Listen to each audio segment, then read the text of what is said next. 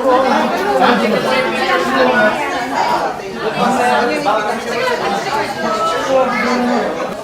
po camera. Okay po. Mexico!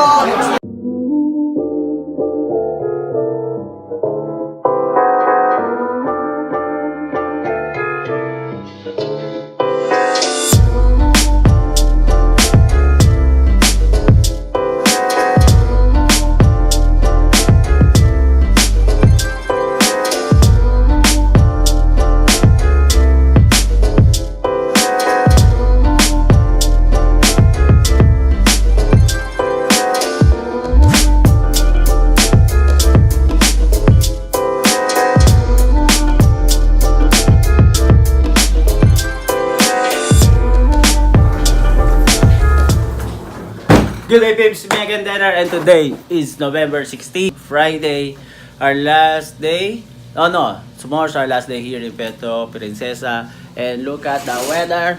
Rainy weather. It's a very rainy day.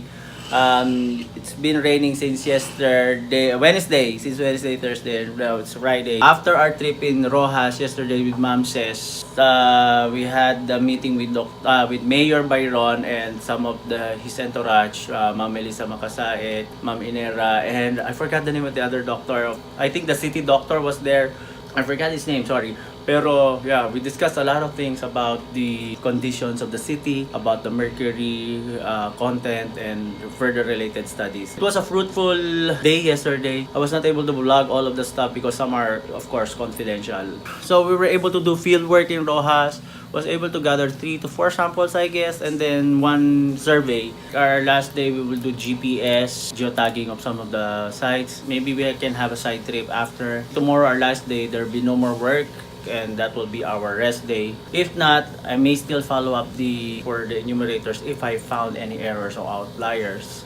And I think we have to go to the underground river. That will be tomorrow, which is the famous tourist spot here.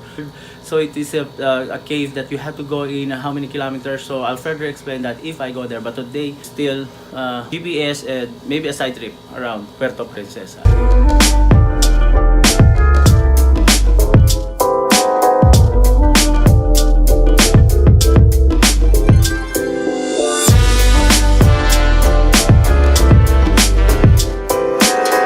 Going na kami sa trip, hintayin lang namin sakyan namin. Then, going back to GPS tagging. Hopefully, hindi na maulan kasi sobrang maulan.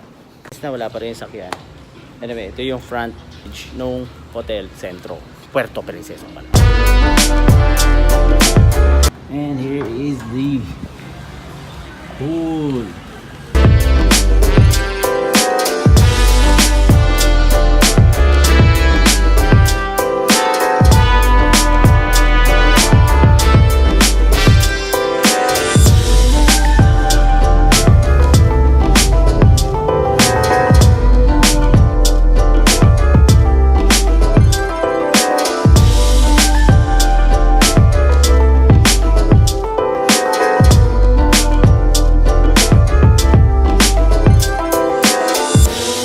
Tapos na GPS, side trip na, Crocodile Farm.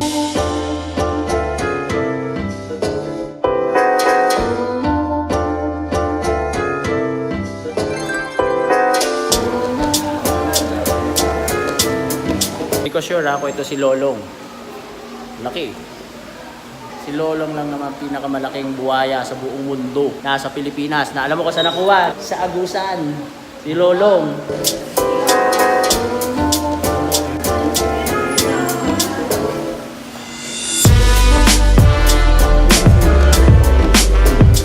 Kuya, lagay mo yung daliri mo kung gaga.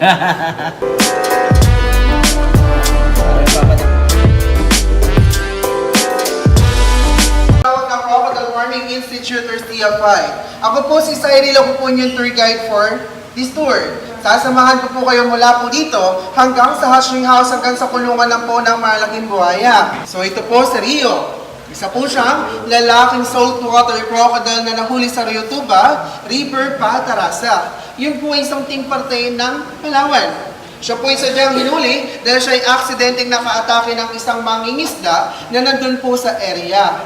At nakonfirma po na kinain niya yung kanang binti ng biktima. But after 5 months, napanatili po na Rio dito. Siya po ay namatay dahil po sa internal bleeding at sa sobra pong stress. Yun po yung balat ng crocodile na nag-edad po ng 3 to 5 years old lang. Dahil kung mapapansin nyo po kasi itong balat Rio, masyado na po itong matigas at tuyo para i-process pa po ng machine. Kung natatandaan niyo po si Lolong. Nasaan na si Lolo? Si Lolong po ay nasa National Museum na po sa Manila. So hindi po siya din, hindi po.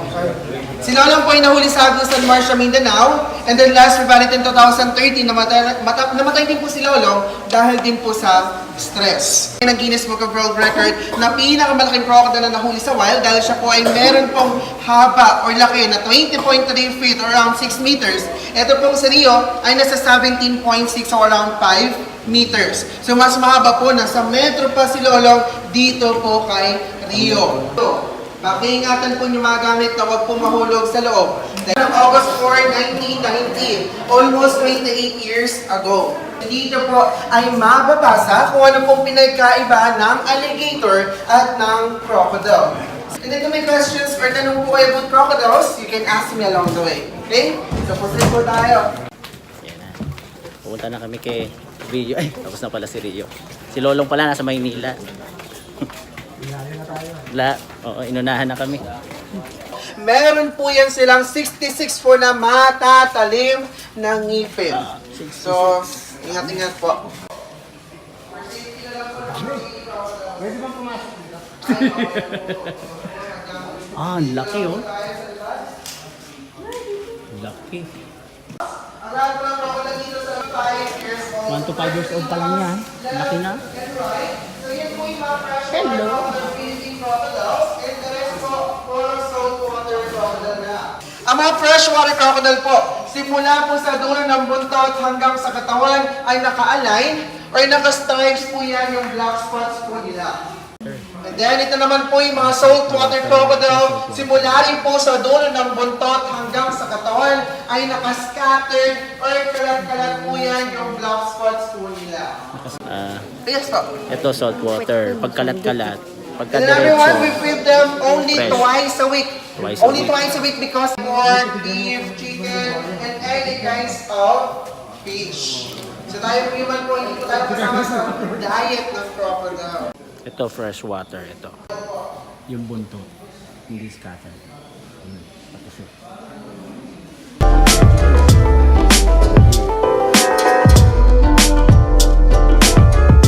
Malalaking buhaya na, oh my god. Ito mga bata pa, 1 to 5 years old. Female.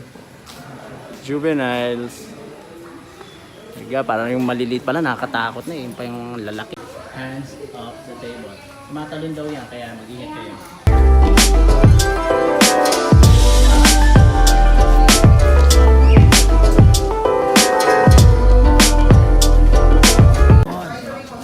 Ang laki pag nalaglag ka dyan, yari ka talaga.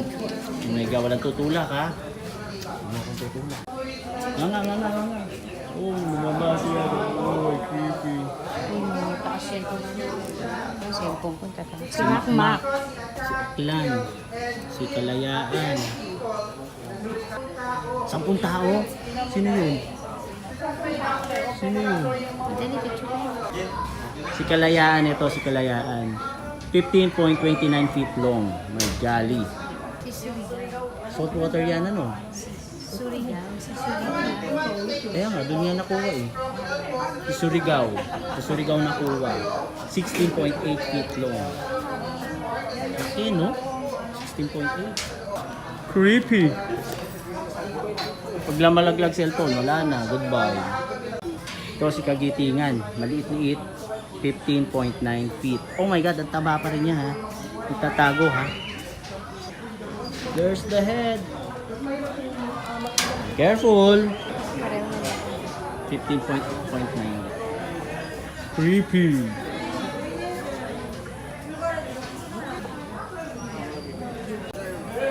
Galing po ginawa po siyang wax, pero sabi po nila, strictly kaya daw po talaga nilolong. Wala na. Talaga yung...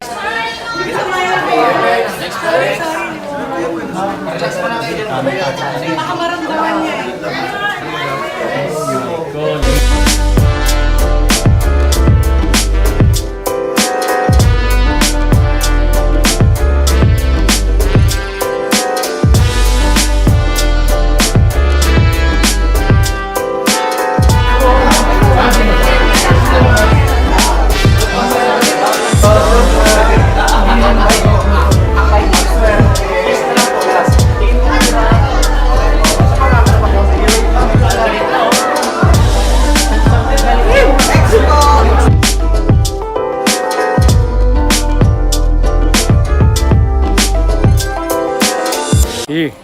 creepy pero okay naman. Hindi naman ako kinagat kasi nakatape naman yung mukha niya. So, yung sawa, nandun, python, nakatago dun sa kahon, binukulat ni ano. Yung video na Oo, loko yun Buti hindi ako tinuka noon, mamaya, katakot. So, kung gusto nyo kumain ng crocodile, ito, sisig. So, ayan, crocodile sisig, best sisig in the planet.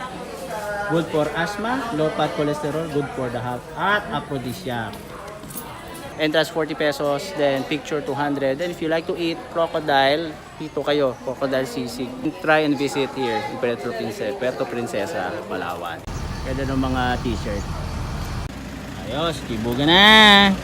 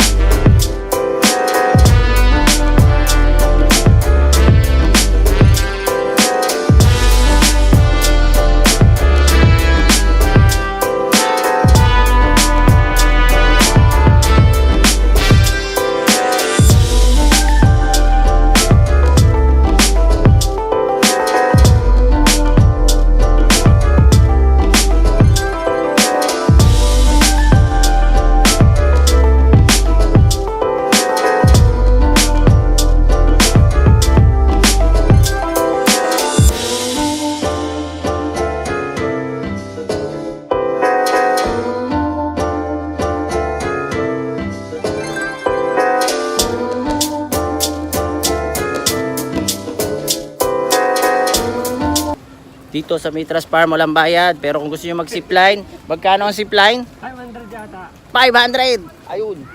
Mag-zipline kayo doon. Doon na lang kami sa underground. Ayun, may zipline.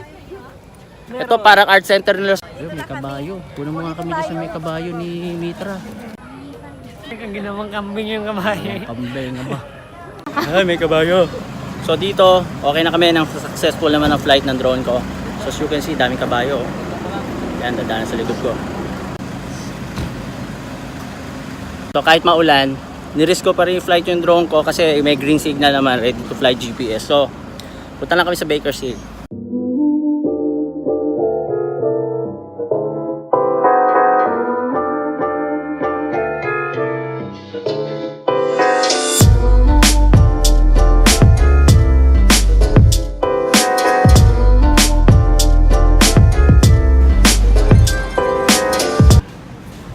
Nandiyan na yung mga regalo ko. Anong ginagawa ng mga regalo ko, Kuya, Nino? Marilyn Monroe, ang sexy.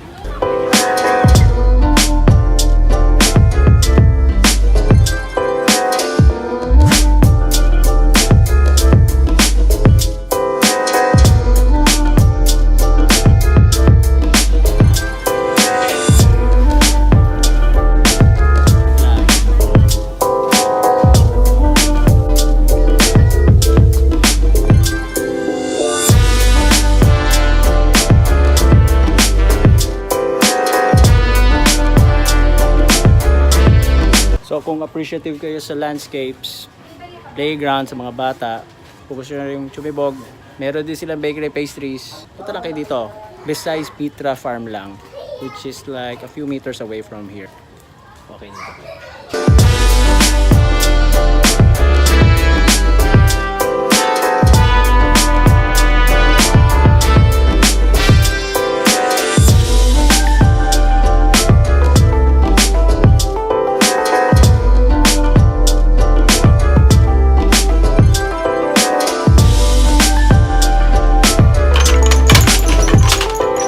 We got a nice comfort room here.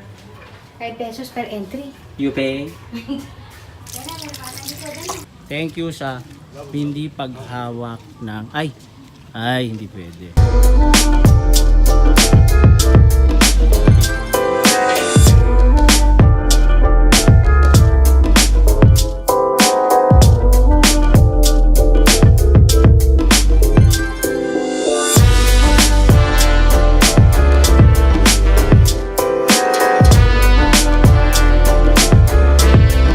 Nalibot ko na ang daigdig, sa Baker's Hill lang ako napaibig. Wow! Apikak! Apikak! Nawala! Allah! Nandiyan sa tumago.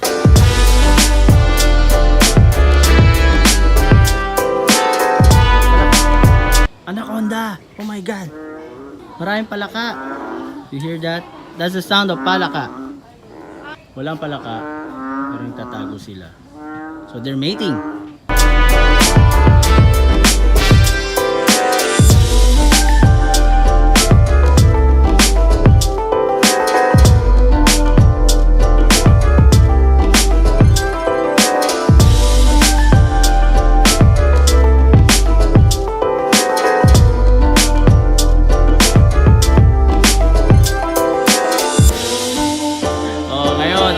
Lolong. Ayan, kinain na.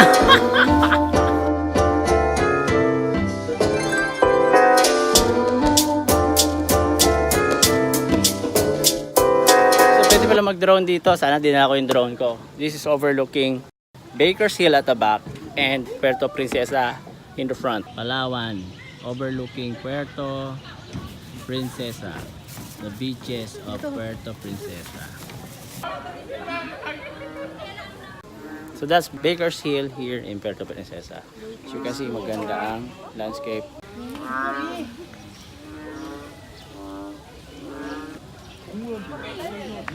Me loves me pirates. Jack Sparrow. Or Captain Blackbeard or Captain Hook. Captain Hook. I hate Peter Pan.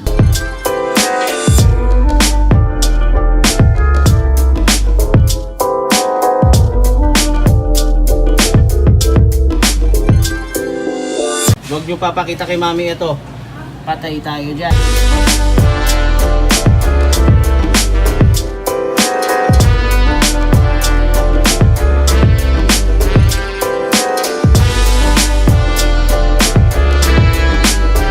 And of course, ito lang naman yung main gastos nyo.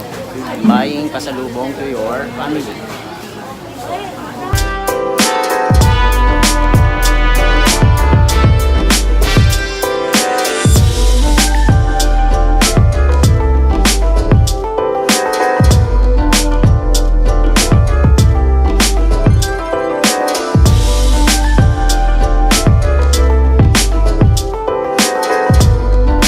Bert, ano masasabi mo? Okay ba tayo? Okay lang. Okay ka lang sa trip natin? Okay lang. Kahit na pagod sa GPS, meron pa rin naman kaming konting side trip. Konti lang, konti. Trabaho pa rin. So, paano yung mga kasama nating naiwan? Ayun. Next sila. time? Next time na lang? Next time na lang.